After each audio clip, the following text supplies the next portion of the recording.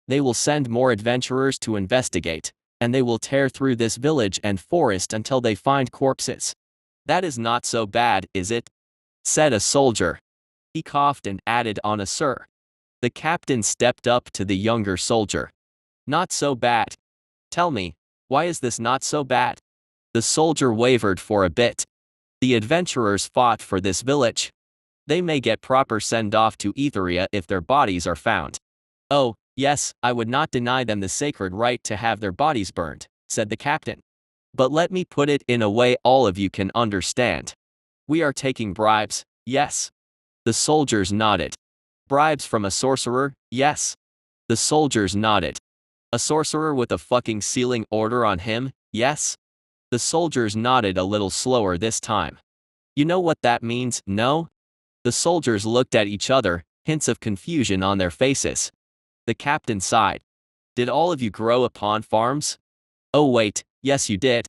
You did not have tutors, you learned from pigs and chickens, he said sarcastically. The sorcerer's order does not designate sealing orders lightly. They place it upon heretics of the highest degree, those who with their twisted mystic arts have broken the laws of the gods and the sanctity of life, and the order works closely with the League. The two might as well be the same damn thing as far as we are concerned. Say the League investigates us, you think they will not find out about this very same sorcerer lining our pockets? Then they call their friends in the order that strap us up, interrogate us, and then toss us behind bars. And because we are all lowly soldier castes, we will rot there for a decade. Perhaps my father can bail me out, but all of you will end up as skeletons picked clean by rats. The soldiers shuffled uncomfortably. One of them raised a suggestion. We can turn the sorcerer in. I never liked him in the first place, foreign snake he is. Oh, marvelous idea, said the captain, throwing his hands in the air. And then he can turn us in when the order questions him. We could forge a report, came another suggestion.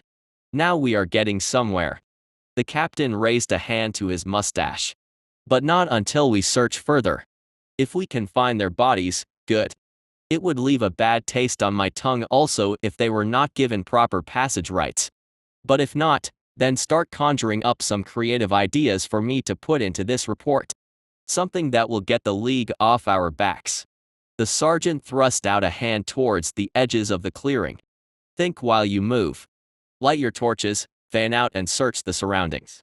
Anandura is a large forest, untamed by man. Take your time, avoid getting eaten by sloth bears, and reconvene here in an hour. Yes, sir. The captain watched as his men funneled out, the lights of their torches disappearing as they faded out of the clearing, and himself picked up his torch and headed out. He wondered whether sloth bears even lived in this forest, but mentally shrugged. It was not his job to strut around in the muck of this wild forest, to know whatever happened here. All he had to do was keep watch over the village for a year, then he could get back to Dwarka where in a real city, he could take a real bath, eat some real food, and listen to some real music. But he would not get there rotting in a Sundan jail cell. Born without the capacity to awaken spirit roots and with no mind for business, all he could do was be a soldier.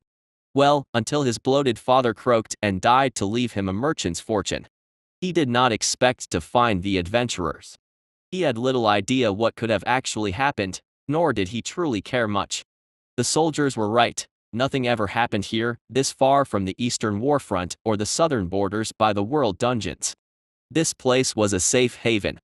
A lazy place where villagers from the labor caste lived their little lives and died in their mud huts.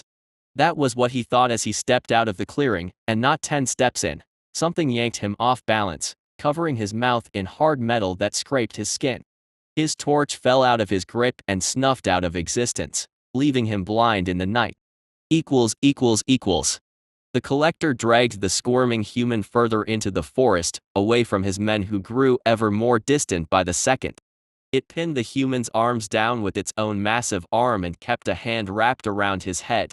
The collector's hand alone was large enough to wrap entirely around the man's head, preventing him from uttering a noise.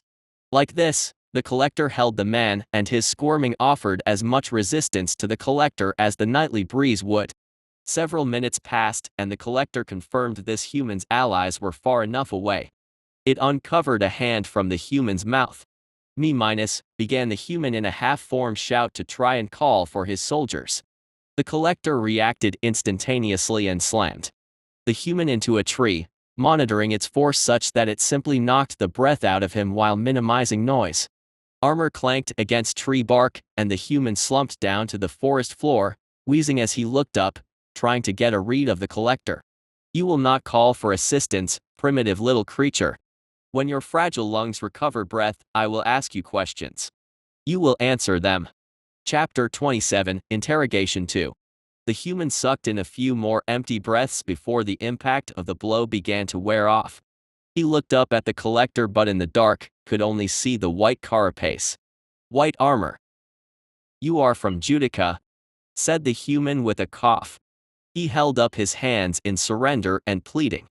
There are no demons here, I swear upon my life. That is all I know, and that is all my men know. You will wait until you are addressed. Then, you will speak. The collector wrapped its hand around the whole length of the human's head. I will speak. I will, came the human's muffled voice. Agreeable. The collector let go of the human's head and hovered its hand beside his neck. Its monomolecular claws unsheathed from its fingers with a metallic click. It held the claws close to the human's face as a reminder of its imminent demise. Were you here to investigate the deaths of these adventurers?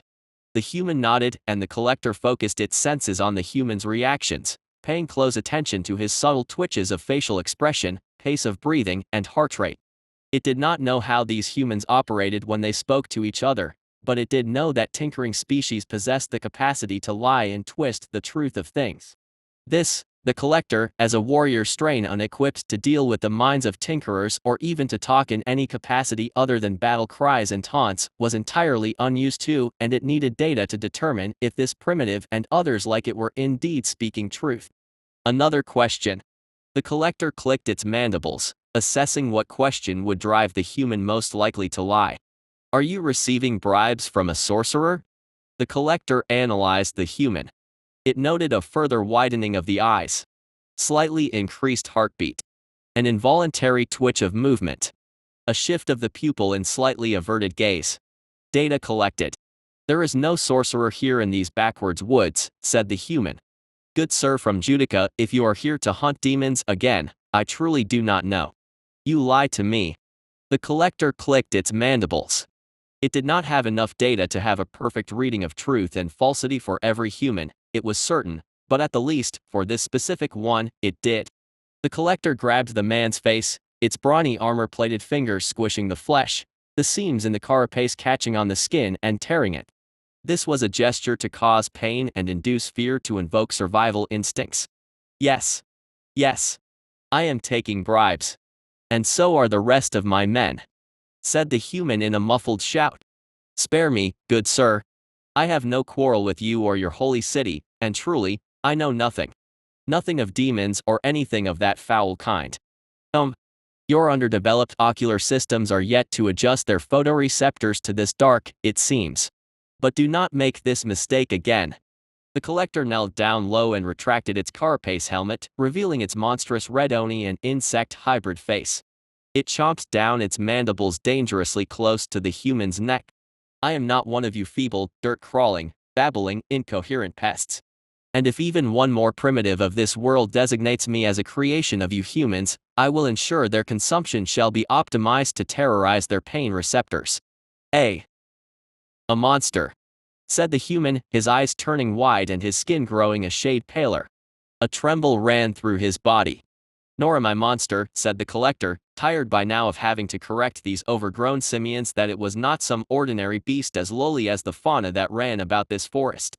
I sense you are entering into preliminary stages of panic capable of compromising your mental functions. Reconsider this, for the moment your mind proves too feeble for me to extract information from, I will crush your skull. The human gulped in a breath and nodded several times. I can talk, I can. Agreeable. The collector began to ask questions it truly was curious about. Can you utilize this phenomenon known among your kind as magic? Oh, of course. If you are asking if I am connected minus the human slowly raised up a gloved hand. Bright green lines in the shape of wires present in circuitry lit up across the palm. Then I am. The collector clicked its mandibles as it recognized the circuitry type lighting across the flesh from the thrall. And, as it searched its memory banks from the female sorcerer, though hers were initially hidden by clothing, located on the skin atop her sternum. Connect it? Explain further. What do these light-emitting lines signify? Are they biological adaptations? They appear to mimic circuitry. Is there machinery you connect yourselves to through these circuits?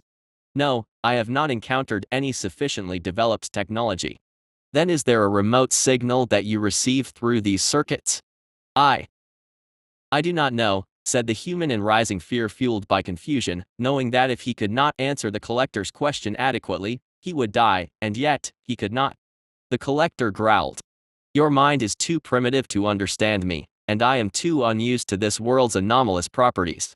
I shall give you the chance to speak. Tell me all that you know of this connection and magic. Magic is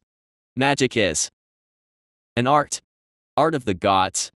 The human waved its circuit-crossed hand desperately in the collector's face. This is proof we are connected to Ajna. An art? Tell me, human, what specifically is this magic capable of? Anything.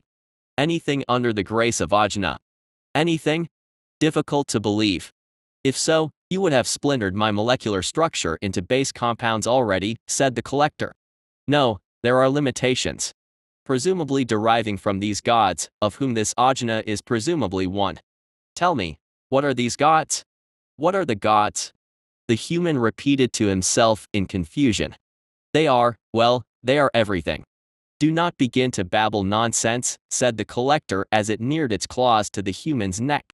The gods control it all. All the gates. Elements. Fire, wind, water, earth. Hate and love. Life and death. Everything. Define control, said the collector. And these gates. They hold dominion over these gates. Gates they are what is everything. All around us. Power. Fire or water or wind or life. We connect to them, worship the gods, draw power from them through the gates, then, the human fumbled with his words, panicked but unable to fully articulate knowledge he did not have. I do not know for sure, I know no secrets to the arcane arts. I am not a sorcerer. I have read only one tome on the general arcane arts, and that was for beginners, and even that, I could not fully grasp. I am just a lowly man of the soldier castes, I know nothing of the mystic arts. The exact mechanics of the relationship between these concepts and their function still confound me, said the collector. But I am able to perceive a basic concept of it, even from your nigh incoherent babbling. It is exceptionally hard to believe, but these circuits allow you to connect to entities known as gods that control gates representing a specific force. Yes, that is exactly right, said the human in relief that the collector could piece together and articulate what it had said in a more concise manner. Please, I know so little of magic. I have never truly practiced it, only the few limited spells I know from military training. There is a sorcerer in these woods, you know of him. He can tell you all you wish to know and more. I see. The collector clicked its mandibles, ignoring the human's plea for now. It had chosen to interrogate this human for it seemed to possess authority and knowledge, but it began to realize this specimen was just as lowly as the others. If it truly desired knowledge, it needed to interrogate a specimen that was more familiar with magic. A sorcerer, as it was called. For now, it continued to speak its thoughts. Then these gods must be a higher species that has enslaved your kind. They wield sufficiently advanced technology as of yet unknown to any tinkering species, that allows them to signal down manipulations of matter such as manifestations of flame and even free control over shifts in matter states. Yet, this hypothesis remains tenuous. What use would such a species have for your primitive kind? To leave you still so primitive? Why would they share such specific aspects of their technology without either uplifting the rest of your species or colonizing them entirely? Why are there no traces of their own civilization upon this world? The human blinked, lost. It seems this topic escapes the grasp of your bare neural functions. Very well then. I will move on to further questions. Tell me, what are you and your brethren capable of with this magic? Spells, I presume, are applications of this magic. These are military secrets I cannot minus, began the human, but he gulped and continued when he saw the collector's claws draw near. Together, we can cast barriers, relay battle commands and movements. But in the end, we are all mere soldier casts, lowly and living batteries for the sorcerer casts in the battlefield, said the human nervously, though this was not anxiety induced by lying. It is the sorcerer caste you should question. They hold all the knowledge of magic.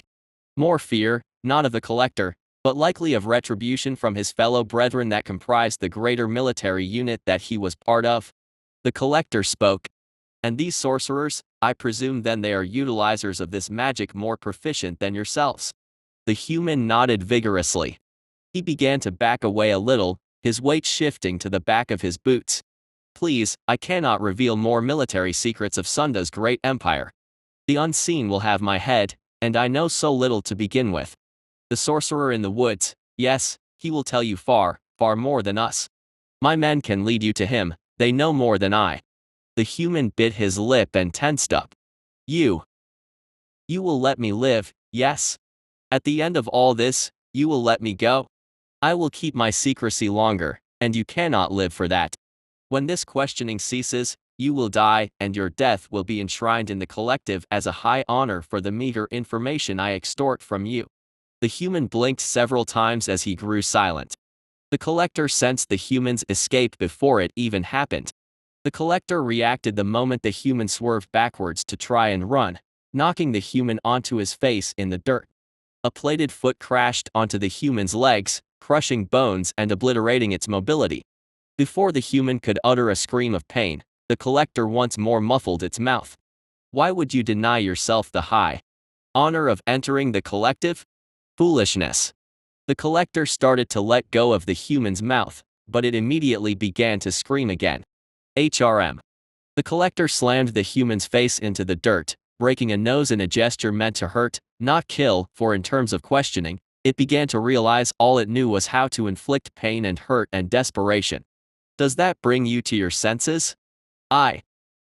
No, I can't minus, said the human with a desperate, choking voice.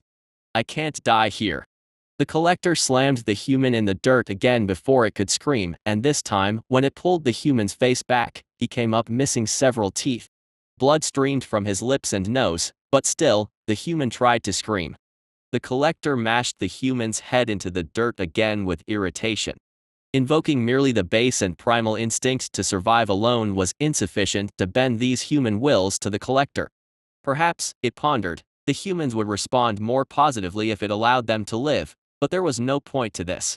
The collector did not lie like these tinkerers did. If the information it received was not sufficiently useful, then it would not twist its words and tell these primitives they were to continue living their worthless lives. In the end, the collector would destroy all life upon this rock anyway. In addition, allowing them to leave now would endanger the collector for a gain of information that simply was not worth their lives. You are becoming increasingly useless. Increasingly uncooperative. The collective is a unified purpose spanning entire star systems. Countless species far greater than yours have entered it, elevating it into an entity closest to the ideal concept of perfection. Far greater than any of these gods you idolize, I should theorize. Yet you would not submit yourself to the honor of entering its fold, transcending your limited, primitive flesh and becoming something more. The human continued to struggle, limbs thrashing slowly in the dirt as it tried to run with its head pinned down.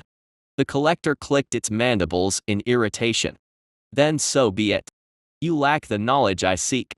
Your men know the location of this sorcerer. You, an ingrate who rejects the collective, I hold no more use for. The collector pressed down on the human's head with its palm. A pop echoed as the human skull, flesh, and brain matter all squished down into one flat pile of gore. The collector grabbed the human's torso like a snack and swallowed him with 2 bloody bites and made a note that when it returned to the collective, it would erase the human's genetic material from its database. Biomass gained +2. Biomass level, 14/100. Pitiful. As expected, the human did not possess any appreciable amount of biomass, indicating that it lacked much of the special property that the collector sought out.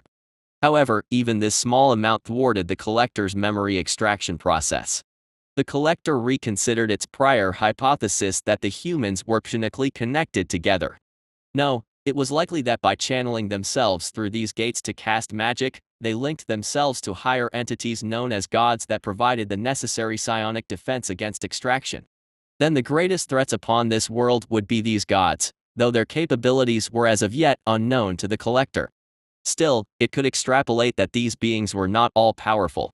They had not tracked it down yet, nor did they show any sign of their existence so far.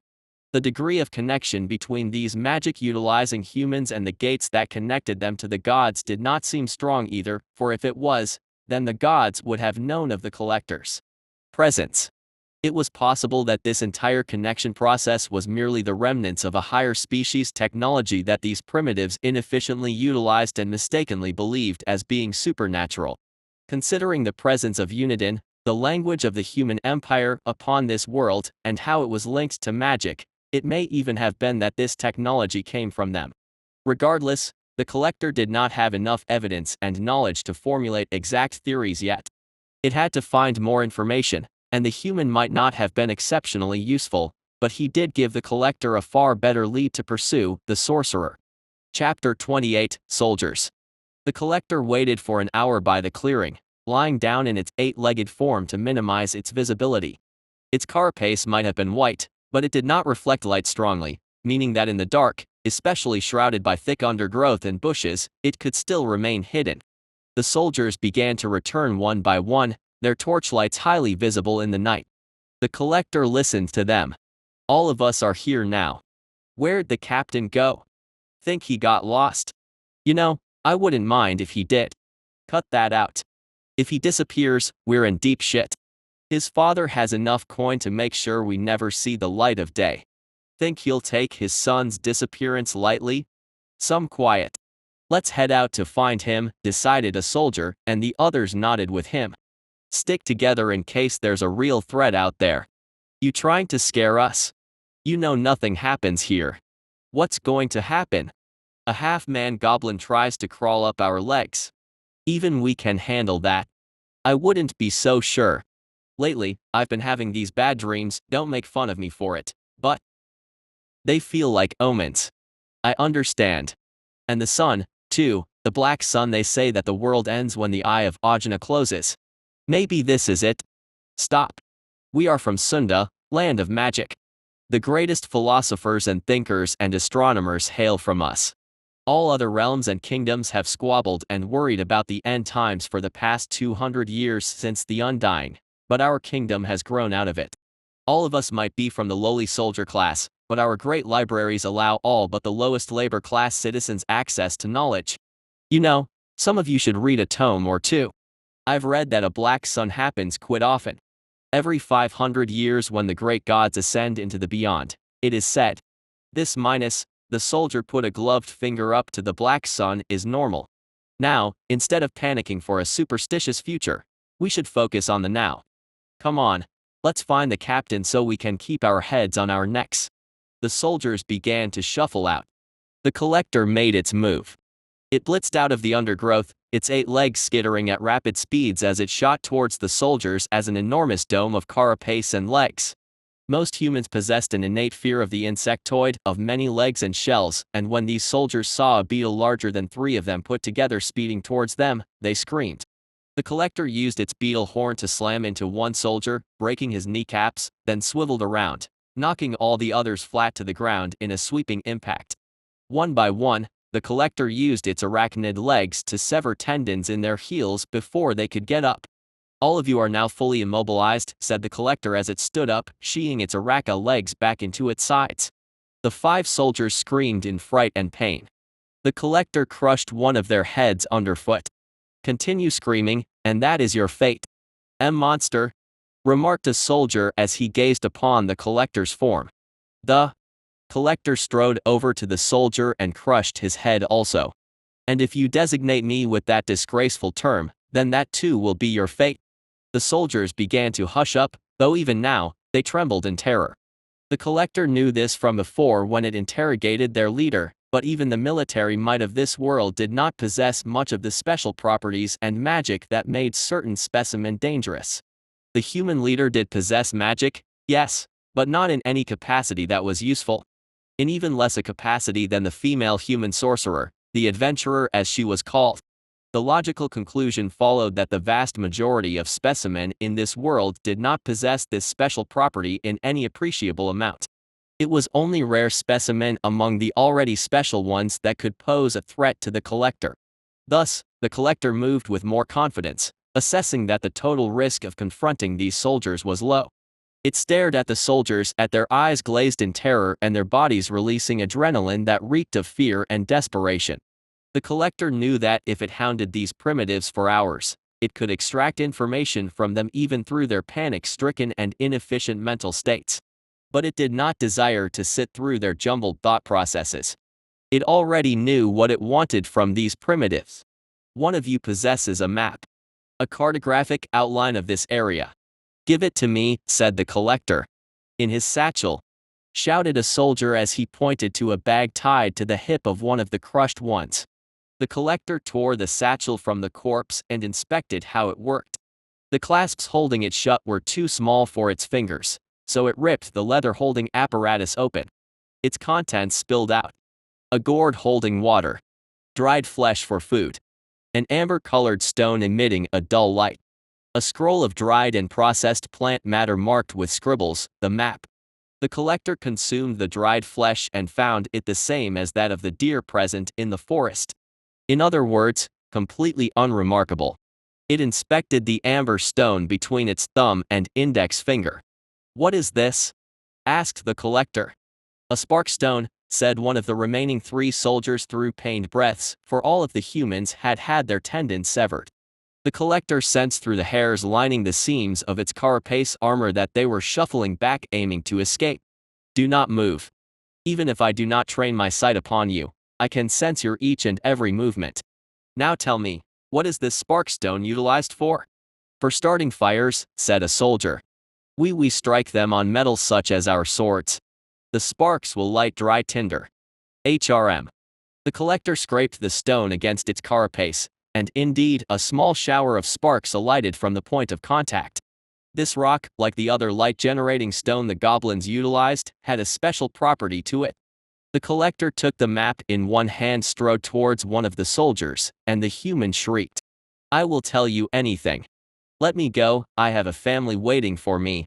Ah yes, if you are indeed evolutionarily similar to humans, then you would arrange yourselves into social units dependent on blood relation. But that information provides nothing for me, so I question why you mention it. I doubt members of your family unit possess knowledge you do not. The collector knelt by the soldier, utterly dwarfing him, and ripped off a sheathed sword attached to a belt on his hip. The collector inspected the sword, analyzing its design. Different in design from the sword the human male adventurer utilized. Longer. The point was broader, less sharp. A strengthening plate of metal ran along one side of the blade, giving it weight on its swings. Handle comprised of metal wrapped in boiled leathers. Curved guard of dull golden metal. Nothing aberrant about this weapon. It was simply a primitive tool of limited metalworking capability. The collector snapped the blade in half in its hand with minimal effort. Unimpressive. The collector dropped the broken halves of the blade down in front of the soldier's terrified eyes. The soldier scrambled backwards, his hands gouging out desperate paths in the dirt while his legs refused to move properly. Stay still, commanded the collector, and the soldier did not move. The collector stared at the comparatively tiny map in its hand, scrutinizing its details. Tell me, human, said the collector as it knelt down to show the soldier the map. Where are we upon this? The soldier raised a trembling finger to a forest spot of the map. And the human settlement? I do not intend to make my presence known there now if you hold concern over this. The soldier lowered its finger down to the lowest part of the map where small drawings of living structures indicated settlement. The collector clicked its mandibles in understanding. It knew the distance from the den to the settlement, and knowing this, it could extrapolate the scale of the map. I have been made aware by your leader that there is a certain sorcerer in this area you are familiar with. Lead me to the direction of this individual, for it is this specimen that I wish to engage with, said the collector. The soldier tapped to the center of the map to the left of a wide river. The collector clicked its mandibles, calculating the distance needed to reach the area. "Tell me, is this sorcerer familiar with magic?" The soldiers nodded, all they were capable of in their fright and pain at this point. The collector again wondered if there was perhaps a more efficient way to interrogate these individuals, but all it knew was to appeal to their primal instinct that feared death and pain. What is this sorcerer's magic capable of? Combat-wise. The soldiers looked at each other blankly. They did not know. None of you know. Your usefulness has ended to me. Perhaps, had I much more time, I would have asked of this world you live in, this empire you are part of and believe enlightened, but more humans will come soon, and I must move and find answers. You have served your purpose. May you find true enlightenment in the collective. The collector took the soldier in front of him by the head and dashed the skull against the forest floor, shattering it and smearing pink brain mass across the dirt. It stood up and walked towards the remaining two soldiers. We told you what we knew. Spare us, please." The two remaining soldiers shrieked and tried to crawl away, dragging their useless legs with their hands through the dirt. "I am sparing you," said the collector as it neared them. "Sparing you from this pitiful, miserable existence trapped on this little rock when you could be so much more within the glorious expanse of the collective." Chapter 29, Tracking. The collector consumed everything. The bodies of the remaining 5 soldiers, their equipment, armor and swords and all, the map and their steeds. This, it did to erase all traces of their movement, making it more difficult for future human investigations to piece together the collector's existence. All of the soldiers possessed as their leader did minute traces of the special property inherent to this anomalous world, but in such trace amounts that their biomass was no different from that of a normal human's. Biomass gained plus 16. Biomass level, 3100s. New genetic material gained. Stored genetic material. Black ant. Black hobgoblin. Human. Lesser Oni. Frostworn hobgoblin. Blacktail horse. The collector clicked its mandibles. The leader of these humans had provided 2 points of biomass, just as the rest of his underlings did now. The leader's dialogue had indicated a possibility that it was superior to the rest, but in the end, they were all the same, weak, groveling creatures to be devoured. Would this be the standard of primitive spanning the vast majority of this anomalous world? Would there lie no challenges, no warriors worthy of true consumption? The collector knew that it should find relief at the prospect that this world was largely defenseless other than the question of these gods, but it could not help feel a twinge of disappointment. The admiration it had began to feel towards the champion had long faded with these recent displays of pitiful weakness, the heat within its being simmered down without the prospect of battle to entice it. The development of this native unknown adaptation, too, seemed to be correlated with better regulation of this heat, though how and why, it did not understand yet. The answers would come when it could question a sorcerer more familiar with this topic. From contextual clues, it could parse that these sorcerers possessed more knowledge of magic but did not necessarily hold noteworthy combat capability. In fact, if past evidence indicated anything, no sorcerer was capable of effectively harming the collector, though the goblin which styled itself as a thrall did hold troublesome capabilities. By now, the collector could understand that not all familiar with magic were equal, but this sorcerer in the forest might possess equally difficult abilities to fight against. However, it was willing to undertake the risk to subdue this specimen. The collector started off towards its new goal, returning to its 8-legged form and skittering through the forest floor. __. The collector traveled 2 hours and 25 minutes. It could travel through the forest at a far faster rate than it could with its boar base, as the jumping Araka was specialized for speed. And with its efficient processing systems, it could weave through the thick of the forest as if nothing stood in its way at all, and yet, an hour's worth of movement only allowed it to cover just shy of half this forest biome's length. In conclusion, this forest biome was sizable, and there was much more of it the collector had yet to explore farther to the north and, behind them as the soldier's map indicated, a mountain range and an entirely separate, colder biome. Where the collector stopped, it noted that the tree line ended, revealing a vast mud bank lined with craters. The rush of water flowing through a river echoed nearby, the source of moisture for this mud bank. The river itself was wide enough that it determined that the humans of this world would require vessels to adequately travel across.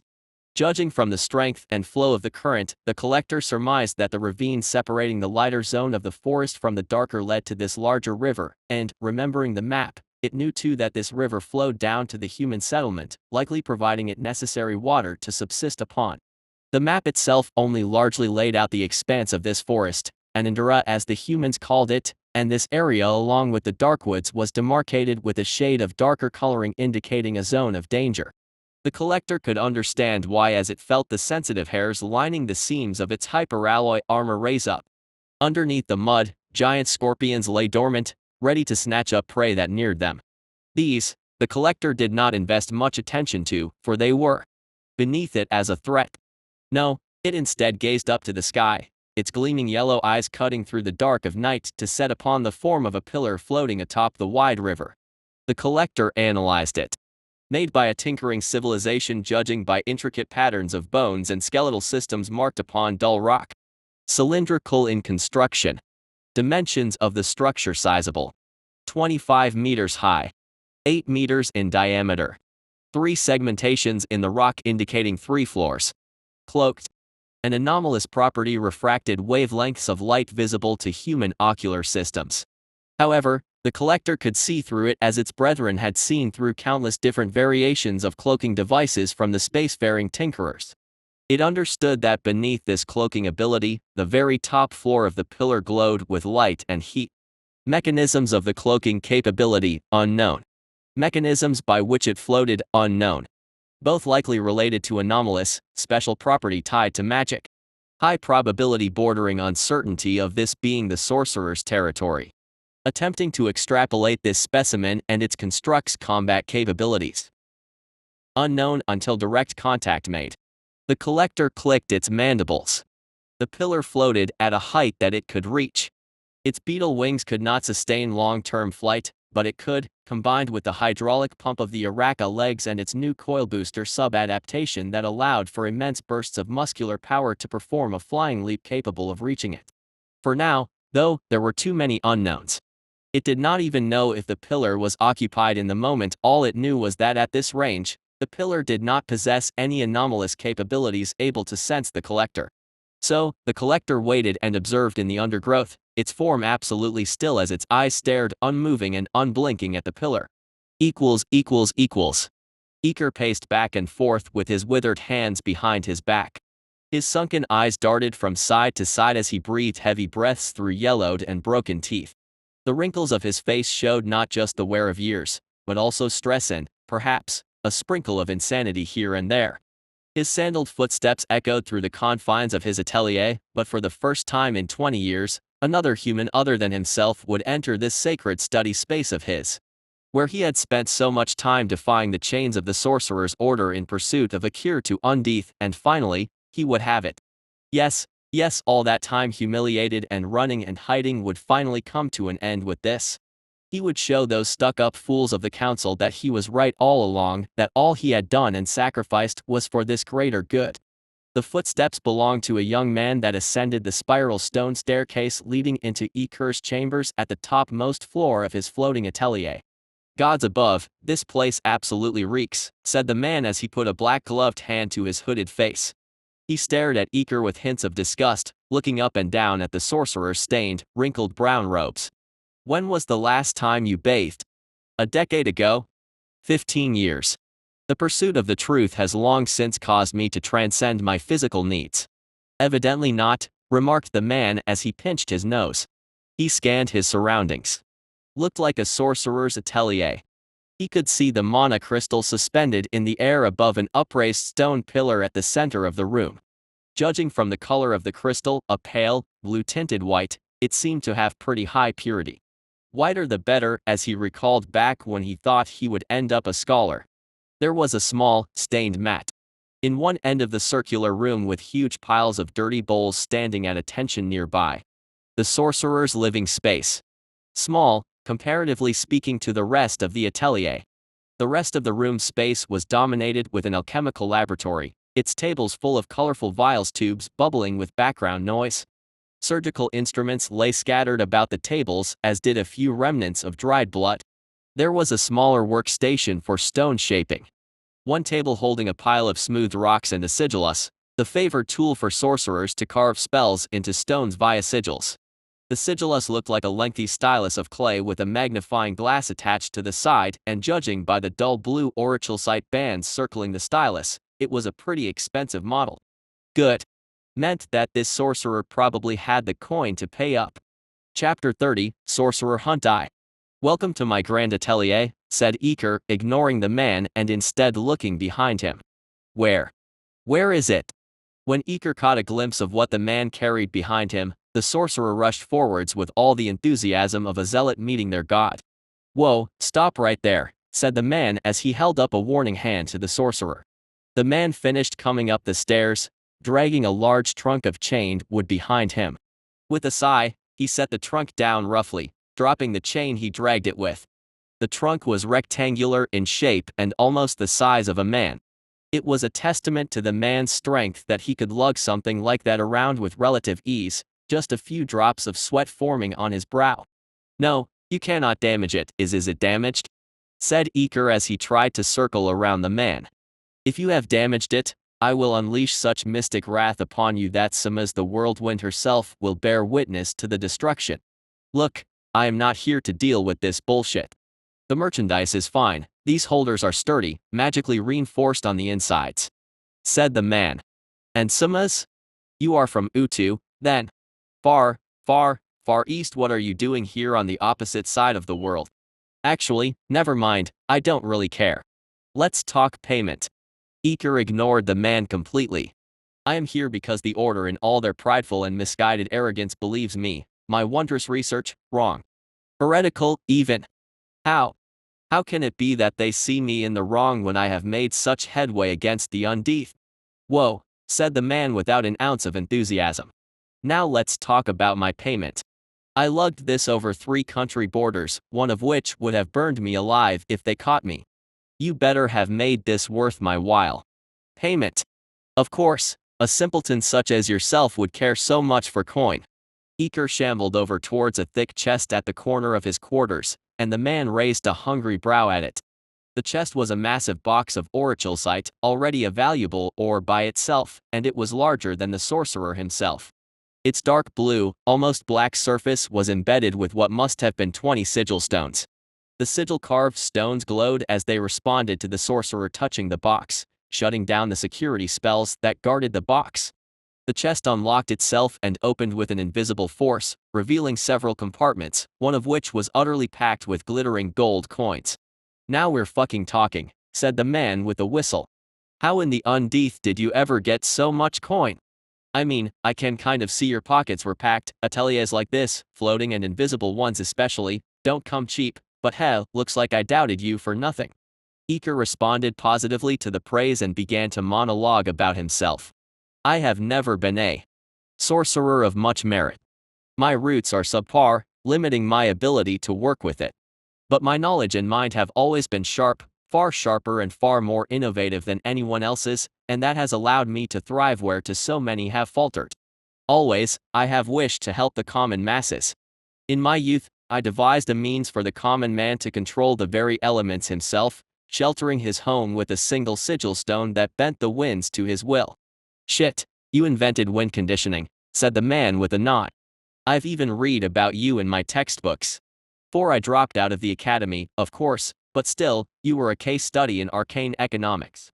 How it doesn't matter how shitty your raw power is if you can figure out a smart and cheap way to mass produce the right spells and the right sigil stones, you could get rich." "I am not shitty," said Eker with an indignant shake of his senile fist. "I was blessed with the mind of gods, but cursed with the body of the common masses. In weaving the grand epic that is my life, I have had to rise above my lot and surpass every manner of challenge." "Okay, sure." The man shrugged. "Funny how life is. Rich entrepreneur like you turns into a crazy sorcerer hiding out at the edge of the world. I study economics and that lets me know when a market's ripe for the taking. Ends up with me as a slaver. Fate's a funny thing. Oh wait, there's a goddess for that. But whatever, enough about that. I'm just about dying to get back home with my pockets a lot heavier." The man kicked the trunk with his boot and it opened up, revealing an unconscious young girl inside, her sackcloth-covered body trussed up tight by threaded bonds of black fabric. The insides of the trunk were padded with cushioned fabric, keeping the girl sheltered from outside impact. The man pointed at the girl with the tip of his boot. She did not respond, instead lying in the trunk pale and still, almost motionless, only the shallow movement of her breathing indicating she was alive at all.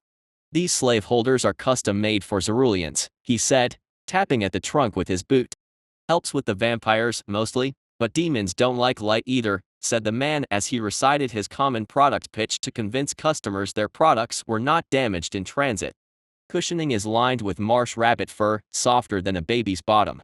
Shock-resistant and ventilated. Holder comes in different designs, don't raise eyebrows at border gates, well, most of them, anyhow. The bonds are also fabric, not chains, so no tears on their skin, keeping them in pristine condition. They also come imbued with a sleeping curse that keeps your purchase docile. Oh, and the bonds come with the purchase, though you've got to replenish them with mana every 5 or 6 days. Oh. How wonderful, said Eker as he shoved past the man to stare at the girl. "You can inspect the product, I guess," said the man as he looked at the greasy spot on his cloak where the sorcerer had touched him and patted it down. "Make sure there's nothing wrong with her. Price is still the same though. 2,000 gold. Add 2 more to that for my horses. You didn't tell me there were flesh-hungry giant fucking scorpions on the way here." "Done. Done," said Eker as he waved the man away, focusing the entirety of his attention upon the wonderful specimen before him. Lavender skin. Dark, fibrous hair. Goat-like ears. Small black nubs of horns just beginning to sprout from the forehead. He took a bony finger and pried open her sleeping eyelid. Deep amethyst eyes. Yes. This was a genuine demon. I nabbed her straight from Judica, and let me tell you, they don't fucking play around. There's a bit of an underground slave market there, but it's real underground. Moment one of their executors sniffs a slaver out minus. The man made a slicing motion with his hand across his neck. Dead fucking meat. But I'm a professional. The man noticed the sorcerer running his hands across the girl's body, inspecting her flesh with a zealous, almost worshipping intensity. She's yet to be bled too. I'm assuming that's why you wanted her. Gray-bearded sorcerer shut-ins like you tend to like them younger. Yes. Eker said fiercely. She must be whole and pure. That is the only she will fit into the grand schematics of my ritual. He turned the girl around and narrowed his beady green eyes when he saw that her ponytail had been hacked off at the bottom. She is not whole. This is standard procedure, said the man as he put a hand to his hip, ready to draw his sword. At close range like this, even if this sorcerer with a cog or 2 loose in his head got aggressive, he would have the advantage. We have to cut off the spikes in demon hair. Otherwise, they can use their mind magic, and nobody wants that. This is not what I was promised, shouted Eker, spittle frothing from his mouth. Gods above, all right, calm down. Let's talk about this. The man put a hand to his head and rubbed his forehead. He could not afford this madman to back out of this deal now, not when he had put so much expense into carrying the product. If he got anywhere near the field of 2,000 gold, he could quit his work and live off his wealth forever, black sun and ensuing supposed apocalypse be damned. If the world did start to end, he'd happily watch the desperate peasants try and swim past the moat of his new castle estate with a smile on his face. But not if this idiot did not pay him. I can lower my price by 100 gold for damaged goods. Gold does not matter to me, said the sorcerer as he shook his fist. All right, then. Looks like you don't want her to warm your bed or anything like that. You want her for some kind of ritual. The man sighed. Well, this might be good news. She's special. Judican's cell she was taken out of was separate from the rest. The man had wanted to withhold this information because it could mean the Judicans would send their executors after special prisoners taken from them, and nobody wanted an executor tailing them. They were ruthless bloodhounds that would make sure anybody and anything that stood against them burned. Special? The sorcerer grew even more interested. The man sighed. Yes. Means she probably had some kind of magical potential to her. And if you're going to make me stay here and talk, can you open a damned window so I can talk without breathing through my mouth? Of course, said Eaker as he stepped to the center of his quarters where a small altar of rock rose up, its tip a smooth surface lined with circuit carvings. He put his hand on the control conduit, tapping into his atelier systems, and bid one of the stone walls to slide open. The stone of the wall creaked as it parted, the bricks sliding into each other and bearing half the tower to the outside world. Cool and dry night wind flowed in, and thank the gods, took out the sorcerer's stench. Always impresses me what sorcerers can do, said the man as he stepped to the edge of the open tower. He looked down at the rushing river and the mudbanks, then at the vast expanse of shadow-shrouded trees. Great view. I'd make sure my own castle keep had something like this. Tell me more. More, said the sorcerer. All right, just sit yourself down and calm minus. The man stopped as he raised a brow. He was staring down at the river bank, and did his eyes deceive him? Something was skittering across it. A black blur, it seemed, barely visible from this distance. He thought maybe it was a floater in his eye, maybe something he got from lacking sleep, but no, this thing was real. Right by the edge of the riverbank and underneath the atelier, it jumped up, getting much, much closer very, very quickly.